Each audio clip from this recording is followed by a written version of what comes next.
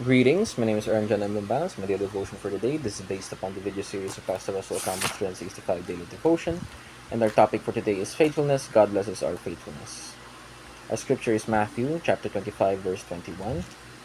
And our scripture goes, His master replied, Well done, good and faithful servant. You have been faithful with a few things. I will put you in charge of many things. Come and share your master's happiness. So, basahin na natin yung first teaching na faithfulness in itself is success.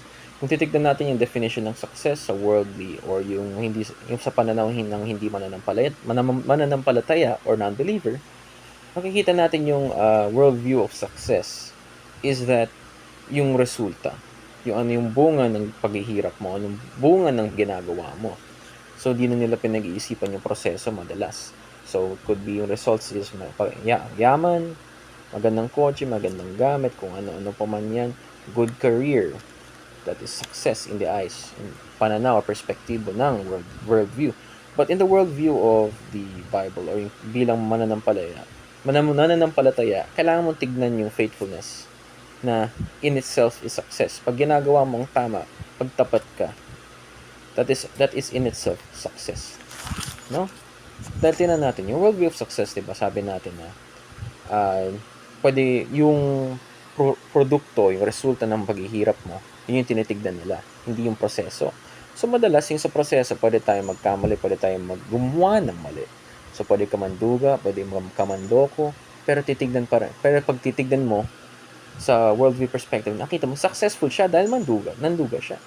So, it doesn't matter sa tingin ng iba na, even expected from others na kailangan mo talaga maging masama, kailangan mo manduga, in a business setting, kailangan mo mandoko, in a political setting, kailangan mo mambola, kailangan mo manduga. Ang dami. It is the worldview or perspective of what is success, results. But the worldview, or rather, yung perspective naman po ng Biblia, or Word of God, when it comes to success, it's faithfulness. Nagiging tapat ka sa mga maliliit na bagay. Nagiging tapat ka sa proseso, habang ginagawa mo pa lang, wala ka pa sa punto na nakakamit mo na, pero tapat ka pa rin. Ginagawa mo pa rin ng tama. And that in itself is success. Na throughout the whole journey na ginagawa mo, wala kang mantsa. Wala kang ginawang mali para ikamit yung mga bagay na gusto mo. No? So, let's move on to the second teaching. Na faithfulness values the small things. Hindi lang kasi madalas pag tinitignan natin yung mga bagay na tinitignan natin yung mga big things. Results are the big things. In a company, tinitignan ng yung resulta, minsan di tinitignan yung workplace environment. Kung toxic ba ito, basta magandang resulta, napapagod na, nagbo-burnout na yung mga worker mo, pero yung resulta maganda, tumataas yung sales. No? But faithfulness is not like that. Even the small things have to be looked at. Kahit yung mga maliliit na bagay, dapat hindi iniiwanan yan. Dapat hindi nilalagpasan lang yan. Iniiwanan lang sa isang sulok. No? Binibigyan pansin yan. Binibigyan ng attention yan para ayusin. Or para, tinan natin to. Faithfulness values the small things. So, example would be money. So, pag binibigyan tayo ng libo-libo, so, or is the example of Pastor Russell Ocampo, naisip natin agad na gamitin natin ito sa tama, gamitin natin ito sa mabuti. Madaming paraan na tayo nag-iisip. Pero pag biniyayaan tayo ng Panginoon, na pinagkaloob sa atin naman ay barya. Madalas hindi natin na value ito. We do not use it for the right things. Pero, kahit papaano, blessing pa rin yan ng Panginoon na di dapat ginagamit natin sa tama. Di natin dapat sinasayang yan. So, yung tingin mo dapat kahit sa mga maliliit na bagay, mahalaga ito. Yung pagtingin mo sa mga maliliit na bagay, importante ito dahil binigay nga ito sa iyo ng Panginoon. Even the small things matter in the eyes of God. Na kung syempre alam natin, kita niya lahat. So, and syempre, another thing to add na sinabi ni Pastor Russell Campbell is God is not cagey. Pwede siya magbigay ng wealth niya sa atin, yung buong madaming blessings, everything. Pero pwede ba tayong pagkatiwalaan sa ganun kadaming blessing, sa ganun kadaming yaman, no? No. We're unable to manage God's wealth. Pwede bang ipagkatiwala sa atin bilang mga mapasalanan yung magiging wealth niya? No?